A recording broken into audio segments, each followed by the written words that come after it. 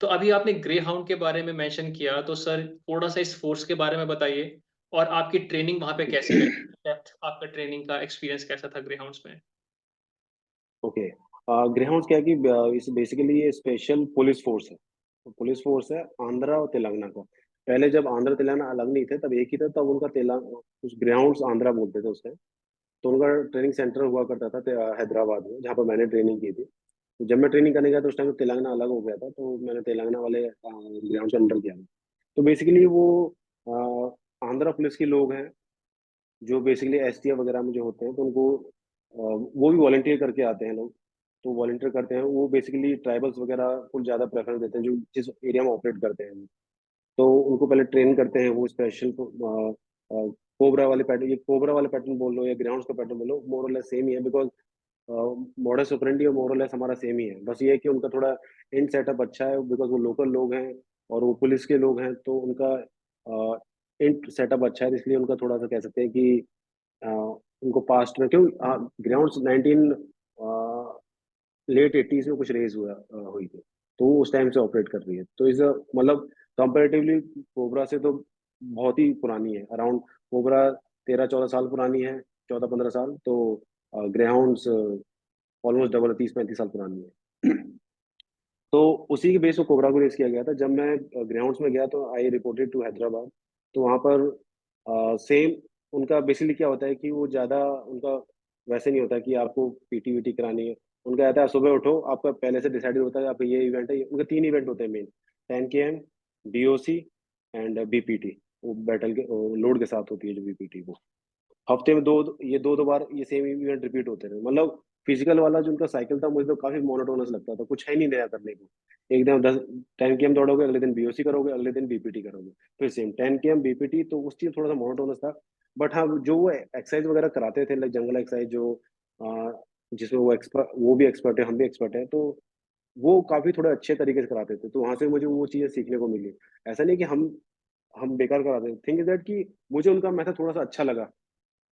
तो उस चीज़ में वहाँ से मैंने वो चीज़ें सीखी। तो आई ट्राई टू इम्बाइब, मैंने not try to imbibe, I imbibed them. तो मैंने वहाँ पर अपने ऑर्गनाइज़ेशन में आके इम्प्लीमेंट भी किया थोड़ी बहुत कुछ चीज़ें। तो ये था कि लेट्स से कि मैं कोबरा प्रोबेशन करके गया था ऑलरेडी, और ऑपरेशन नॉलेज भी थी, क्योंकि ऑपरेशन करने के अराउंड 1 डेढ़ साल बाद मैं ग्राउंड्स करने गया। तो जब मैं ग्राउंड प्रोबेशन कर रहा था, तो उनकी सारी जो भी एक्सरसाइज़ वगैरह थी, तो सीखने को मिला। और उनके क्या कहते हैं, उन्होंने बहुत कुछ सिखाया, हमने भी थोड़ा बहुत उनको भी सिखा के आए कि आप ये चीज़ें ऐसे-ऐसे करेंगे तो इससे ये फ़ायदा है। कुछ सॉफ्टवेयर टूल्स वगैरह उनको दे के आए नेविगेशन वगैरह के लिए। तो वो भी कह रहे नहीं, ऐज़ अ गुड थिंग, और इससे अच्छे से आप एरिया टेरेन एप्रिशिएट और नेविगेट वगैरह कर सकते हैं। तो उस तरीके से मैं कह रहा था ना कि जब आप किसी दूसरे ऑर्गनाइज़ेशन में जाते हैं, there is always a give and take. तो always try to take good things, ताकि एक होता है ना, बेस्ट प्रैक्टिसेज़ आप लेंगे और अपने में आप इम्प्लीमेंट करेंगे, तो ऑब्वियसली आपका लेवल बढ़ता है।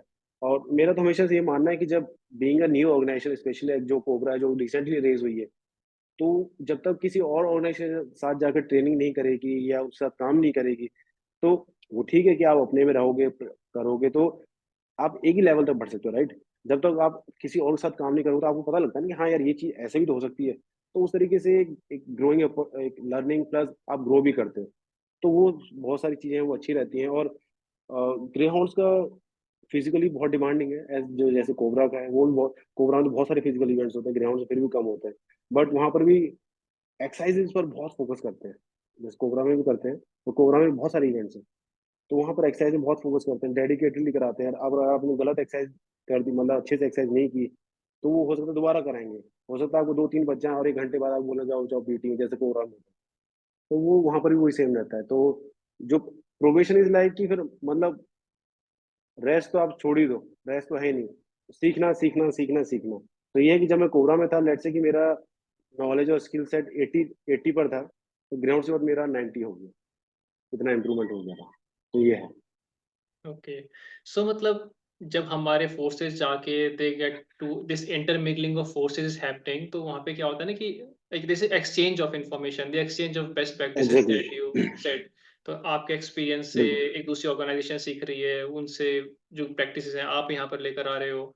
तो आई थिंक बहुत ही एक अच्छा एक अपॉर्चुनिटी सभी जो ऑफिसर्स होते हैं सीएपीएफ में उनको मिलती है, to expand the horizon of their बिल्कुल, बिल्कुल। Mind, to go beyond that particular जो दायरा आपने बताया कि एक ऑर्गनाइज़ेशन का दायरा होता है, उसको ब्रेक करके अलग ऑर्गनाइज़ेशंस में जाना।